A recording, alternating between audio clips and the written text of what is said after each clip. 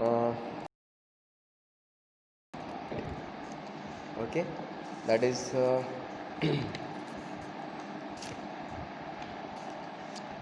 mechanical properties and elastic constant of metals. So let's start our third lecture, uh, in which first is shear stress. When a body is subjected to two equal and opposite forces acting tangentially across the resistance section, then the body tends to shear off the section. The stress induced in the section is known as the shear stress. Okay, here you can see load is applied at this 2 point. Okay, that means you are looking on the screen. There is a rivet which is holding two plates with each other, and the force is applied on the lower and upper plates which are opposite in direction with some distance between them. Okay, here you can see the gap. Okay, they are not along the same line of action. The line of action is parallel to each other. Okay, so in that case the shear stress induced in the rivet at the portion over here. Okay, at the portion at this point. Okay, where the two surfaces are meeting. Okay, at this portion the shear stress act. Okay, here you can see the rivet is been sheared off because of the applied load. Okay, so let us consider a rivet is used to join two plates as shown in figure. When two equal forces are acting on the two plates in opposite direction, then the shear force is acted on the rivet and a shear stress will be formed at the cross section of the rivet. If this load or force crosses the elastic limit, then the rivet will fail as shown in figure. The shear stress can be calculated as the ratio of tangential force. Similar, this is stress is equals to force upon area, but just this you have to do one modification. The force must be tangential force upon cross sectional area of the rivet. Okay, therefore if d is diameter of rivet, in that case tangential force is F, then in that case you will have 4F upon pi d square. Okay, like this the shear stress will be. Now next one is shear strain, which is same. Shear stress is defined as the deformation divided by the perpendicular length in the plane of the force. Okay, like if this is the box, if you apply a tangential force over here, in that case box will deform like this. Okay, therefore, and the original was like this, so this much is the deformation. And so if this is x and this one is y, in that case shear strain is equals to x upon y. Okay, so this is the shear strain. Now let's see another constant, modulus of elasticity. In last lecture we have seen Poisson's ratio and bulk modulus. Now let's see modulus of rigidity or shear modulus, which is represented by G. Okay, it is represented by G. It is defined as it is the ratio of shear stress to shear strain. All the modulus are the ratio of stress to strain. In this shear modulus you have to take shear stress to shear strain, which is equals to G. The unit will be Newton per meter square because strain quantity do not have any unit. Relation between modulus of elasticity E and modulus of rigidity G. Let's see, E is equals to 2G into 1 plus mu.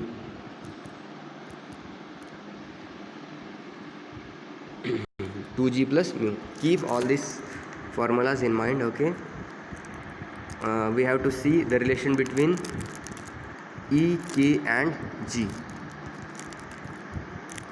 We have this E is equals to 3K into 1 minus 2 mu, which is discussed in last lecture. This is just we have seen E is equals to 2G into 1 plus mu. Equating both this equation, what you will get, E upon 2g minus 1 is equals to mu. Putting the value of mu, you will get E is equals to 3k into 1 minus 2 into E upon 2g minus 1. Simplifying, you will get Eg or E into g, modulus of velocity into shear modulus, is equals to 9 into bulk modulus into shear modulus minus 3 into bulk modulus into modulus of elasticity. Okay, this is the relation between the G, that is shear modulus, K, that is bulk modulus, E, that is elastic modulus. Okay, so keep in mind this equation also, which is very important for solving problem. Okay, there are some problem given in the book, we will solve it later after finishing the chapter. Okay, next one is concept of single shear and double shear. Okay, so the riveted joints are permanent fastening. To produce rigid and permanent joint, riveted joints are used. Storage tank, manufacturing of a boiler, etc. uses this riveted joints. Let us consider two plates are connected by rivet as shown in figure. Like previously we have seen. Let P be the force applied to the plate, then failure of the riveted joint is occur in the plate due to force P. There is only one plane of shear occur and hence rivet is said to be in single shear as shown in figure. Okay, only single shear force is applied to the plate, so shear stress taking place at only one point. So the value of that shear stress will be equal to, you can represent it by tau, shear force upon area. If d is diameter of that rivet, in that case area is what, pi by 4 into d square. This will be the area, and take the ratio of load upon area, you will get the shear stress. Okay, this is the single shear stress. Now let's discuss about double shear stress. Now here three plates are joined. Okay, first one, second and third.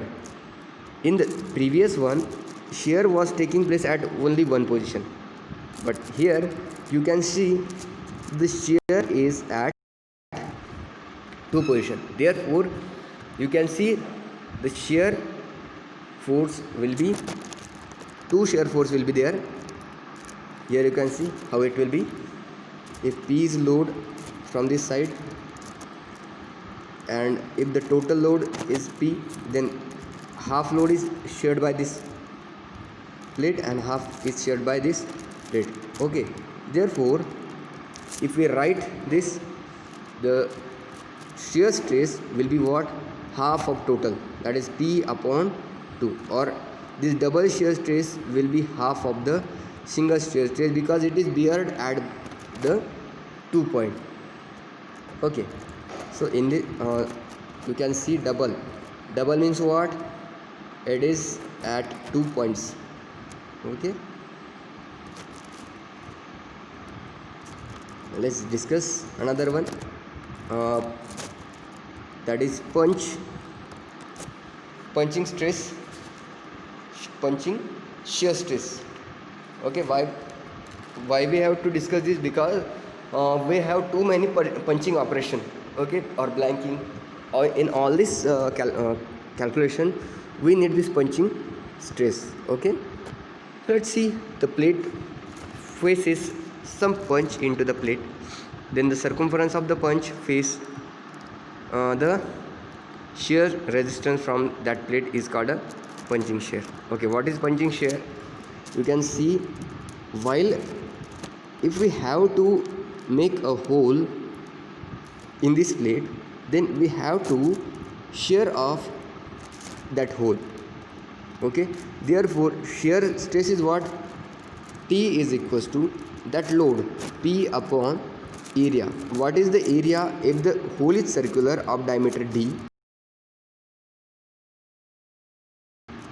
thickness into the circumference, that is thickness into pi d. Therefore in case of circular cross section, the shear stress will be P upon pi d into t. Okay, this will be the shear stress in case of punching circular hole in a blank, in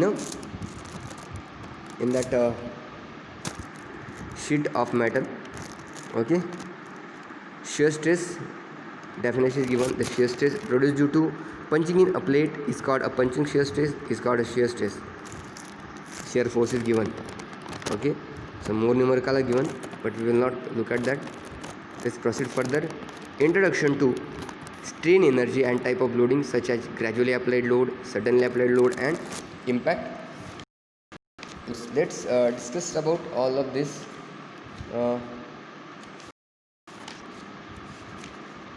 one by one.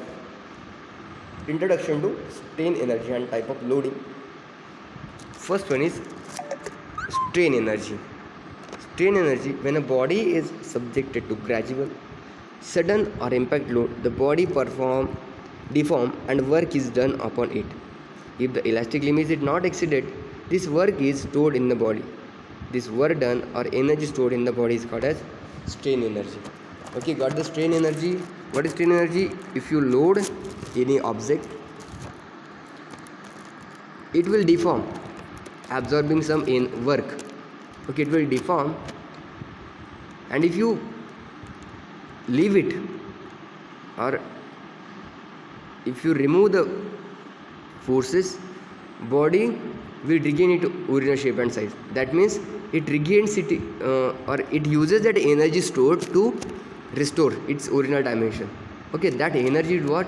Strain energy. Like if you extend the rubber band, the strain energy stored in it, and if you leave it, that strain energy bring that rubber band to its original shape and size. Okay, here is the definition. Energy stored in the body during deformation process. This energy is called as strain energy. Before that, one more thing you should keep in mind, that within elastic limit, the body should be stretched within elastic limit, because beyond that elastic limit, body will get permanently deformed. That's why between elastic limit you have to do that. Next one is resilience. Stored in a body is called as resilience, which is equals to, denoted by U, which is equals to sigma square AL upon 2E is equals to sigma square V upon 2E. V is volume of body and sigma is the stress. Okay, this is about the resilience. Resilience is the strain energy stored in the body. That is the resilience. Proof resilience is the maximum energy that can be stored. Okay, maximum energy that can be stored up to breaking point is called as proof resilience, which is equal to sigma E square upon 2E. Now, modulus of resilience is equal to, it can be stored in a body per unit volume at elastic limit is called as modulus of resilience, which is equal to sigma E square upon 2E. Volume is not there because per unit volume you have taken. So, volume, this resilience energy, you just have to divide it by V. Modulus of resilience is what? Resilience or energy stored per unit volume is called that modulus of resilience. Okay, where sigma is a elastic stress. Now let's see the type of loading. There are mainly three types of loading. First one is gradual, suddenly, and impact loading. Gradual loading means what? Like we apply to the rubber band with our hand. Suddenly applied is what?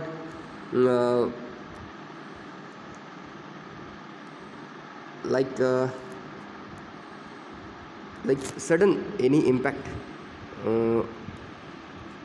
If large force is applied on the body within low time or within less time, then you can say that the loading is type of suddenly.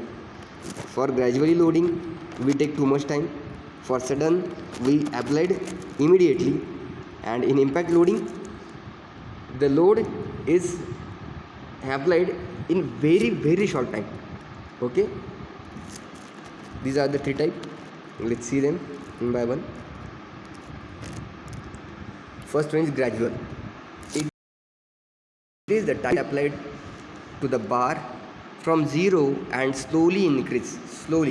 Okay, slowly increase uniformly is called gradually applied load. Okay, here you can see gradually applied load.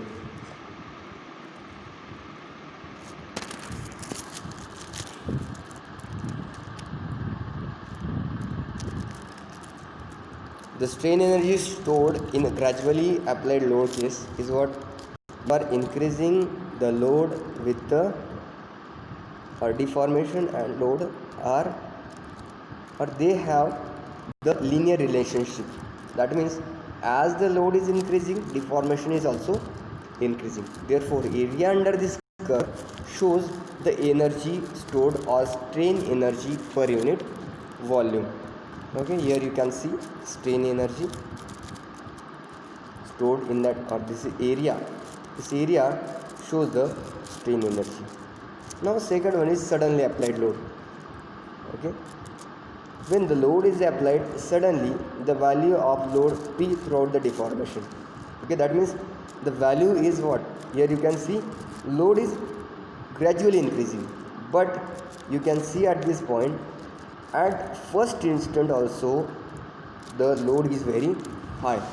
Okay, so in that case you can see the resilience, value of resilience is equals to sigma AL upon 2E. The maximum stress intensity due to suddenly applied load is twice the stress intensity produced by the load of same magnitude applied gradually. Okay, therefore if we apply load gradually, if it is to be considered P, then for suddenly it will be what? It will be 2P. Okay, by considering this value you have to write the strain energy. Next one is impact loading. Okay, here you can see the impact loading, in which a load P is dropped from a certain height, which will impact on this plate, which will cause some deformation. Okay, so here is the diagram of impact loading, same as sudden loading, but let's see what is the change. Consider bar which is hanged to the rigid support as shown in figure and carried a load P at height h and falling on the bottom plane called collar. As the weight P falls on the collar, which is fixed at the bottom of the bar, an impact load is produced on the collar. Due to this, vertical bar will get elongated. The deformation in the length of bar is said to be dl.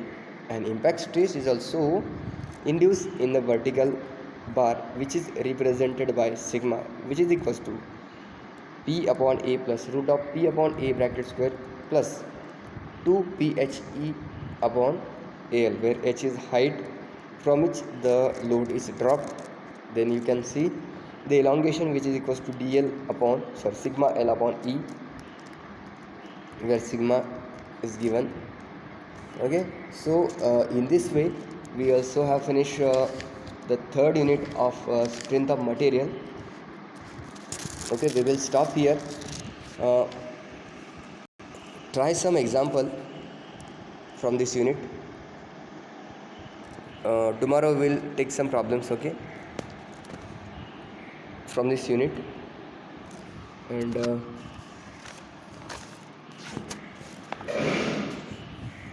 we will finish all these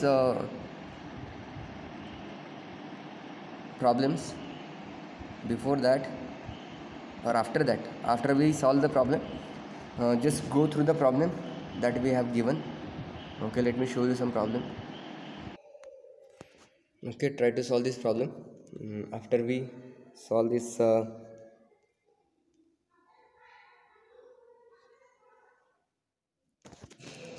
all the problems from this unit, try to solve this. Okay, in next lecture we will conduct some problem, and then